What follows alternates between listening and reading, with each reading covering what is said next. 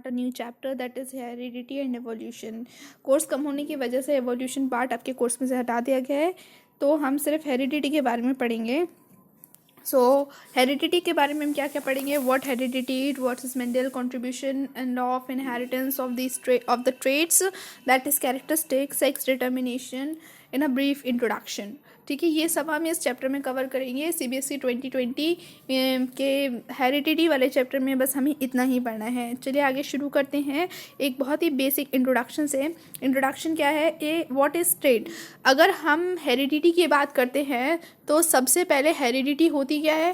Heredity मतलब certain characteristic का आपके पेरेंट्स से आप में आना. ठीक है, वो कहलाती है हेरिडिटी. यानी कि जो कैरेक्टर कुछ स्पेशल कैरेक्टर्स होते हैं उनका हमारे पेरेंट्स से हमारे अंदर आना और हमारे से हमारे ऑफस्प्रिंग यानी हमारे बच्चों में जाना, ये कहलाती है हेरिडिटी. ठीक है, हेरिडिटी क्या होती है? कुछ कैरेक्टर्स का आप में आपको अपने फादर या मदर से मिलना. सो पहले एक सिंपल टर्म के ऊपर डिफाइन करते हैं दैट व्हाट आर कैरेक्टर्स और व्हाट आर ट्रेट्स. ट्रेट्स होते क्या है? A recognisable feature of human beings or any other organism like height, complexion, shape of nose, chin, color of eye and hair etc. are called characters or traits. ये सारे क्या कहलाते हैं? Character और traits कहलाते हैं. आपकी हाइट कैसा है, आपका रंग कैसा है, आपकी नोज और चिन की शेप क्या, आपके फेशियल फीचर्स कैसे हैं, आपके आई का कलर क्या है, आपके हेयर्स कैसे हैं, ये सारे क्या कहलाते हैं? ट्रेट्स कहलाते हैं. आपके कैरेक्टरिस्टिक फीचर कहलाते हैं. तो जो रिकॉग्नाइजेबल कैरेक्टर्स हैं, फीचर्स हैं ह्यूमन बींग्स के, वो जो उनकी जनरेशन में पास आउट होते हैं वो उनके ट्रेट्स कहलाते हैं. The transmission of traits, that is these characters from the parents to their offspring, is called heredity. I hope you understand all कि कैरेक्टर्स का जैसे शेप ऑफ द नोज है, चिन है, आई और हेयर्स के कलर है, हाइट, कॉम्प्लेक्शन, इन सब का हमारे पेरेंट्स से हमें ट्रांसमिशन होना हेरिडिटी कहलाता है. The hereditary information is present in the gametes of the parents. Thus gametes constitute the link between one generation and the next and pass on the maternal and paternal characters or traits to the offspring. हमारे जो body की जितनी information है वो हमारे DNA में store होती है. और ये डीएनए कहाँ होता है? बेसिकली ये डीएनए गैमीट्स में होता है. इससे पहले वाले चैप्टर में हमने स्पर्म्स के बारे में और ओवम के बारे में पढ़ा था. तो इन्हीं स्पर्म्स और ओवम के न्यूक्लियस के अंदर डीएनए होता है. ये डीएनए क्योंकि हमें हमारे पेरेंट्स से मिलता है इसीलिए पेरेंट्स से मैच करता है. सो जितनी भी मैप होता है बॉडी की, जितना भी स्ट्रक्चर होता है, उसकी इंफॉर्मेशन किसके पास होती है? जीन्स के पास होती है, जो कि गैमीट्स के पास होते हैं. ठीक है, तो गैमीट्स जो हैं वो एक जनरेशन से दूसरे जनरेशन के बीच का लिंक प्रोवाइड करते हैं.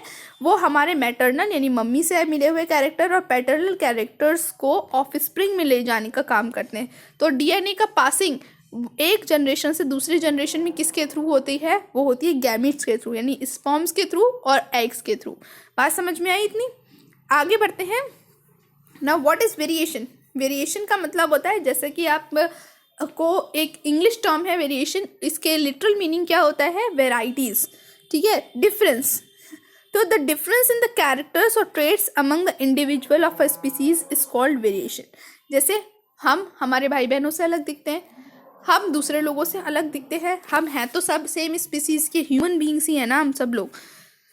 Every human beings look different from each other except that of identical twins. सारे आइडेंटिकल ट्विंस को छोड़ के सारे ह्यूमन बींग्स क्या होते हैं? एक जैसे ही या एक जैसे नहीं दिखते, सब अलग अलग दिखते हैं. तो एक ही स्पीसीज में होने वाली इन वेरिएशंस को क्या कहते हैं? इन डिफरेंसेस को हम वेरिएशन कहते हैं. फिर से एक्सप्लेन कर रही हूँ.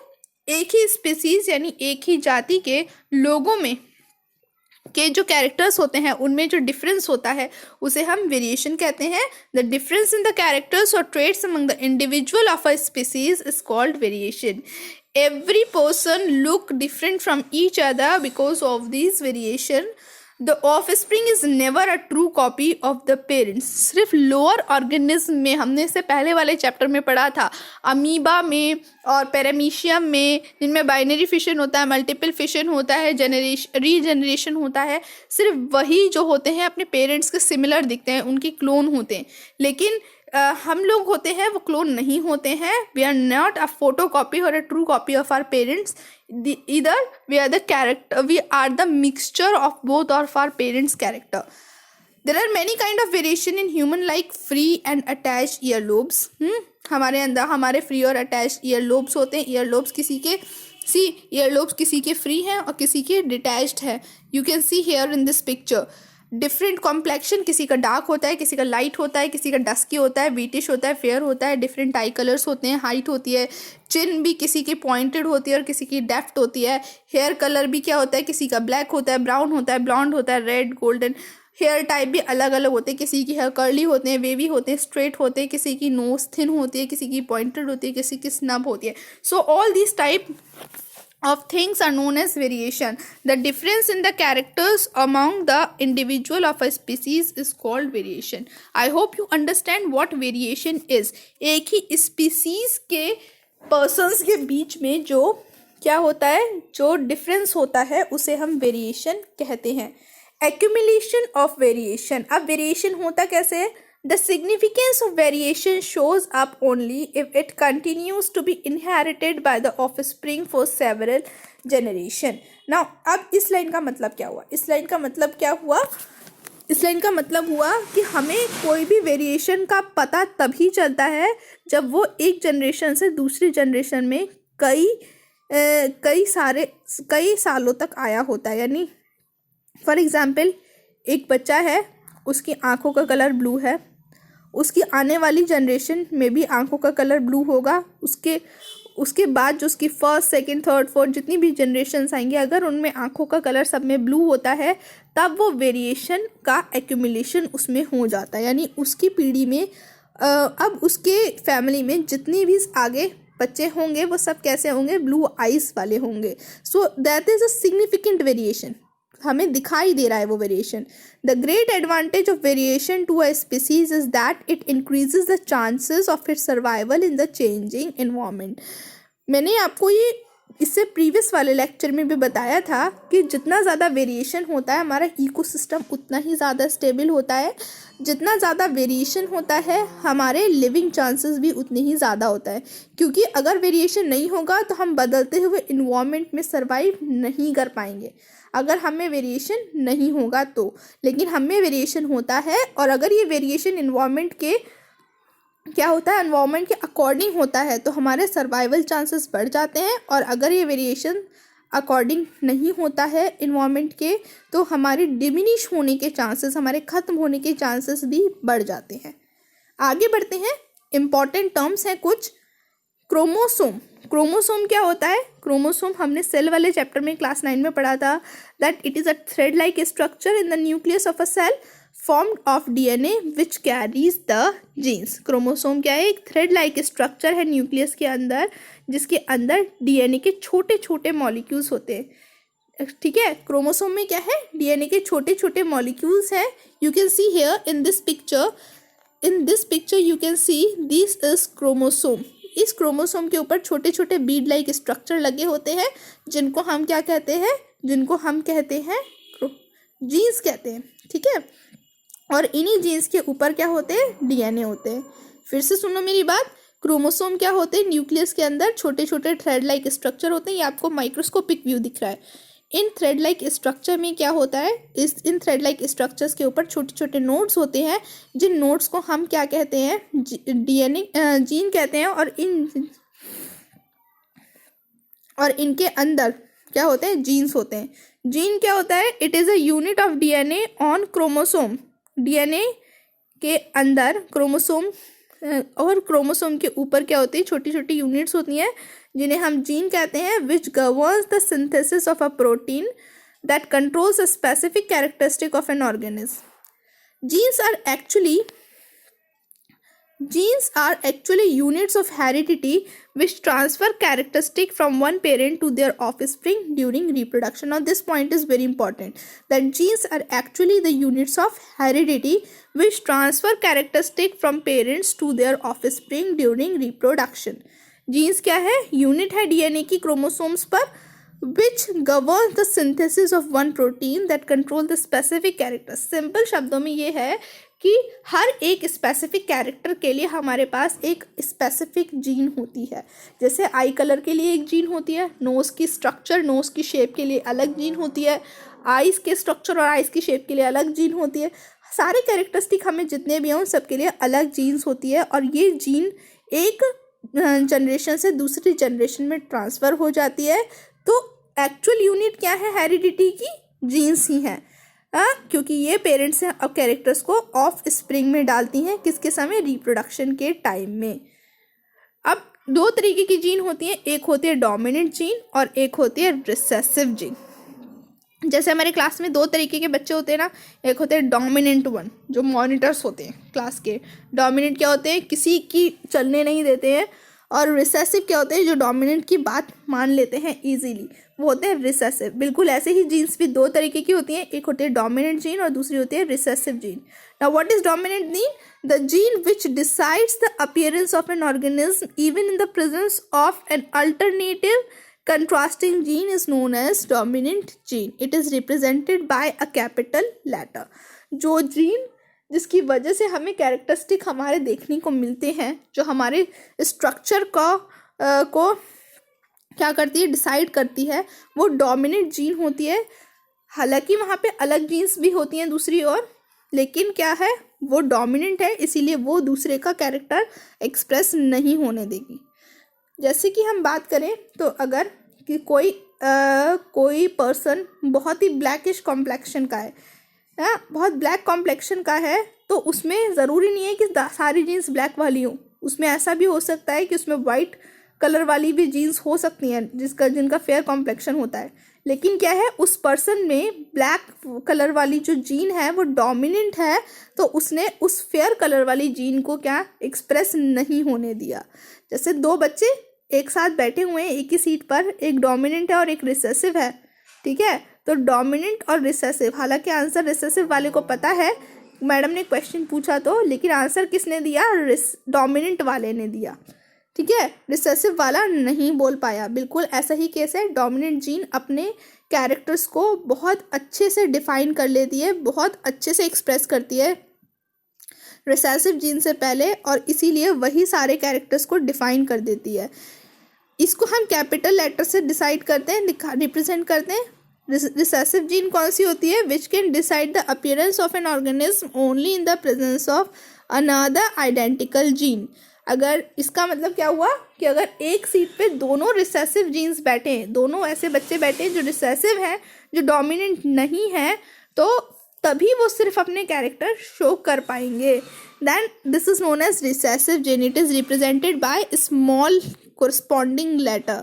जैसे फेयर कॉम्प्लेक्शन के लिए डोमिनेंट जीन हुआ कैपिटल एफ, तो रिसेसिव जीन कैसा होगा? Small F. रिसेसिव जीन क्या है? वो जीन जो केवल तभी अपने आप को एक्सप्रेस कर सकती है जब उस जैसी कोई दूसरी जीन वहाँ प्रेजेंट होगी. यानी इसको अपना प्रोटेक्शन साथ में लेना ज़रूरी है. उस जैसे अगर दूसरे प्रेजेंट होंगे तभी वो अपने आप को एक्सप्रेस कर पाएगी, तब हम उसे कहते हैं recessive gene. It is represented by a corresponding small letter. Now there are another term known as genotype. Genotype क्या होता है? It is a description of genes present in an organism. हमारी बॉडी में जितना भी जीन्स होते हैं वो मिलकर हमारा जीनोटाइप बनाते हैं. ठीक है, हमारी बॉडी के सारे जीन्स मिलकर क्या बनाते हैं? जीनोटाइप बनाते हैं. दूसरा आता है phenotype. It is a characteristic which is visible in an organism. वो कैरेक्टरिस्टिक जो किसी ऑर्गेनिज्म में होते हैं वो फिनोटाइप बनाते हैं. ठीक है, दो वर्ड हैं, जीनोटाइप और फिनोटाइप, दोनों एक दूसरे से डिफरेंट है. जीनोटाइप क्या है? जितने जीन होते हैं हमारे वो कहलाते हैं जीनोटाइप, और जो कैरेक्टर्स हमें बाहर से दिखते हैं वो कहलाते हैं हमारा फिनोटाइप. ज़रूरी नहीं है कि जीनोटाइप और फिनोटाइप सेम हो. जीनोटाइप सेम हो सकते हैं लेकिन फिनोटाइप सेम हो सकते हैं, लेकिन दो पर्सन्स के जीनोटाइप कभी भी सेम नहीं हो सकते हैं. I am repeating this again. Two person they have similar type of phenotype but they have different type of genotype. दो persons के similar type के phenotype हो सकते हैं, यानी कि वो दूर से देखने में एक जैसे लग सकते हैं बाहर से, लेकिन उनका जेनेटिक स्ट्रक्चर एक दूसरे से बिल्कुल अलग होता है. ठीक है, इतनी बात समझ में आ रही है ना. जीनोटाइप और फिनोटाइप. जीनोटाइप मतलब जीन्स कितने हैं और कैसे हैं, और फिनोटाइप मतलब बाहर से हम कैसे दिखाई देते हैं. तो हो सकता है कि बाहर से कोई आपका आइडेंटिकल हो, जैसे दो प्लांट्स हैं एक दूसरे के आइडेंटिकल होते हैं. टमाटो का अगर हम दो प्लांट्स की बात करें तो हमें बिल्कुल एक जैसे दिखाई दे सकते हैं, लेकिन उनके अंदर के जीन अलग अलग होते हैं, इसीलिए उनके अंदर टमाटोज जो हैं वो अलग अलग शेप के आ सकते हैं. ठीक है, तो फिनोटाइप क्या है, दोनों के एक जैसे हैं लेकिन जीनोटाइप अलग अलग हैं. तो जीनोटाइप क्या है, genes present in an organism, और फिनोटाइप क्या है, characteristic which is visible in an organism. Now there are when we used to do this heredity, so we have to understand the term first filial generation, that is F1 generation. First filial generation, F1 generation. When two parents crosses to produce offspring, their offspring is called first filial generation. For example, हम हमारे mom dad से मिलकर क्या हुए, हम हुए, तो हम उनकी कैसे हो गए जनरेशन, F1 जनरेशन हो गए. फर्स्ट फीलियल जनरेशन, जब दो पेरेंट्स ने एक दूसरे का गैमेट्स को फ्यूज़ करके पहली जनरेशन का फॉर्मेशन किया, तब वो कहलाती है F1 जनरेशन. और जब दूसरी जनरेशन का फॉर्मेशन करती है वो पहली जनरेशन, यानी अगर हमारे पेरेंट्स से हम हुए तो हम क्या हो गए, F1 जनरेशन. फिर हमसे क्या होंगे, हमारे बच्चे होंगे तो वो कहलाएंगे F2 जनरेशन, यानी second filial generation. When the first generation of offspring crosses among themselves to produce second generation of offspring, then this offspring is called second filial generation, that is F2 generation. I hope you all understand this important term. Now Mendel experiment. Mendel कौन थे, Mendel वो first scientist थे जिन्होंने heredity की character की discovery की थी. उन्होंने बताया था कि हेरिडिटी क्या होती है. Gregor John Mendel was the first scientist. Actually, he was a father of a church. He was not a scientist, but he used to love gardening. उनको गार्डनिंग बहुत पसंद थी, तो उन्होंने पी प्लांट के ऊपर अपनी रिसर्च की और अपनी आने वाली रिसर्च का सारा डेटा कलेक्ट करके हमें क्या बताया, हमें हेरिडिटी के बारे में बताया. ठीक है, तो ग्रेगर जॉन मेंडेल का पूरा नाम है Gregor John Mendel, was the first one to make a systematic study of the patterns of inheritance which involved the transfer of characteristics from parents to progeny. Mendel ने जितना भी अपने experiment किए थे पी प्लांट के ऊपर, उसका data अच्छे से कलेक्ट करके अपनी बुक में लिख रखा था, जिससे कि सिस्टमेटिक स्टडी करने पे पता चला कि कुछ पैटर्न होता है इनहेरिटेंस का, यानी एक पैटर्न फॉलो करते हैं कैरेक्टर्स एक जनरेशन से दूसरी जनरेशन में जाने के लिए. So which is known as inheritance. Mendel chooses pea plant, sweet pea plant को यूज़ किया था इन्होंने for studying inheritance, because pea plants had a number of clear cut differences. Pea plant में अलग अलग वेराइटीज़ होती हैं जिनको हम ईजिली पहचान सकते हैं, which were easy to tell apart. For example tall and dwarf pea plant, लंबे और छोटे पी प्लांट्स भी होते हैं. कुछ पी प्लांट्स ऐसे होते हैं जो येलो सीड प्रोड्यूस करते हैं और राउंड सीड, जबकि कुछ ऐसे होते हैं जो रिंकल्ड और ग्रीन सीड भी प्रोड्यूस करते हैं. Another reason for choosing pea plant was they were self pollinating, उनमें पॉलिनेशन अपने आप हो जाता था. और also Mendel chooses pea plant because many generation of pea plant can be produced in a comparatively short time span and their studies much simpler than that of animal. Pea plant की बहुत सारी generation को हम बहुत कम समय में क्या कर सकते हैं, बहुत ही कम समय में प्रोड्यूस कर सकते हैं, इसीलिए भी इन्होंने पी प्लांट को चुना था. और इनकी स्टडी करना एनिमल की स्टडी करने से ज़्यादा इजी होता है. ठीक है, अब हम मेंडेल के एक्सपेरिमेंट, मेंडेल ने क्या क्या किए थे और कैसे किए थे, ये अगली वीडियो में देखेंगे. तब तक के लिए बाय बाय, टेक केयर.